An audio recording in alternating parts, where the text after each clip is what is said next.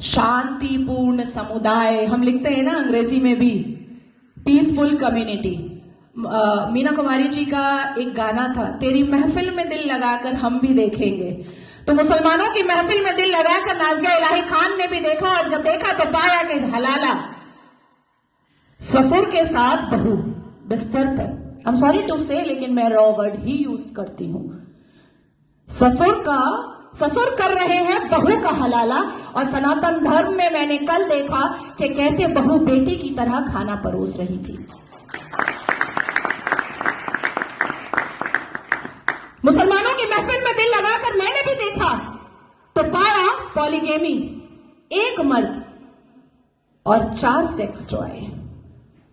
और अनुमति तो 11 की कि 11 महिलाओं को एक बिस्तर पर लेकर के आराम से अपने सेक्सुअल डिजायर्स को पूरा करो। ना पिता कुछ बोलेगा, ना मां कुछ बोलेगी, ना परिवार कुछ बोलेगा, और ना ही इस्लाम के मानने वाले, इस्लाम के ठेकेदार कुछ बोलेंगे।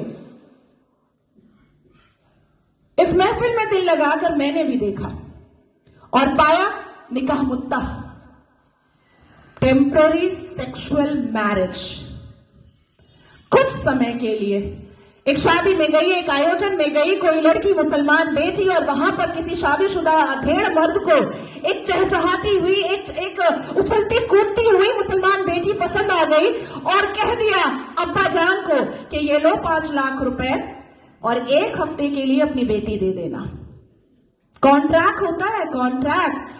हमने रज़ाकार के आखिरी मुखबिर असदुद्दीन अवैसी को सुना होगा कि निकाह इज अ कॉन्ट्रैक्ट मैरिज। हमारा विवाह नहीं होता, हम साथ वचन नहीं लेते, ना आगे पति फेरे लेता है, ना पीछे पत्नी फेरे लेती है। हमारा तो कॉन्ट्रैक्ट होता है, हम तो एक डील में आते हैं। ये है। तो इस महफिल में जब दिल लगाया और भीतर से, तो पाया कि निकाह मस्यार भी होता है।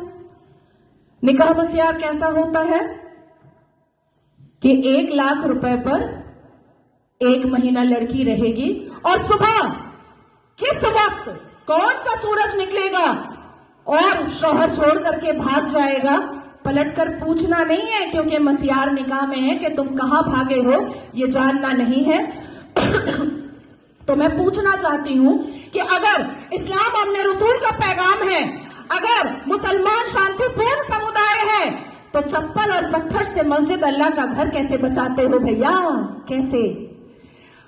1947 से मुसलमानों ने अपने एक्टिविटी से, अपने बिहेवियर से ये लोगों को बताया है कि ये कोई अमने रसूल नहीं है, ये प्रॉफिट मोहम्मद सल्लल्लाहु अलैहि वसल्लम के फॉलोअर तो नहीं है, ये औरंगजेब के ठरकजेब हैं, ये मुगले आजम के जाहिले आजम हैं। बस इतना ही है इनका परिचय, इसके अलावा इनका परिचय कुछ भी नहीं है। शिक्षा बोलो नहीं लेंगे, इंसान बनने बोलो नहीं बनेंगे, कुछ पढ़ने बोलो नहीं पढ़ेंगे, कुछ करने बोलो नहीं करेंगे, लेकिन रेप करने बोलो तुरंत करेंगे, लव जिहाद करने बोलो तुरंत करेंगे, बम गोली बारूद फेंकने बोलो तुरंत फेंकेंगे, आतंक मचाने बोलो तुरंत बचाएंगे।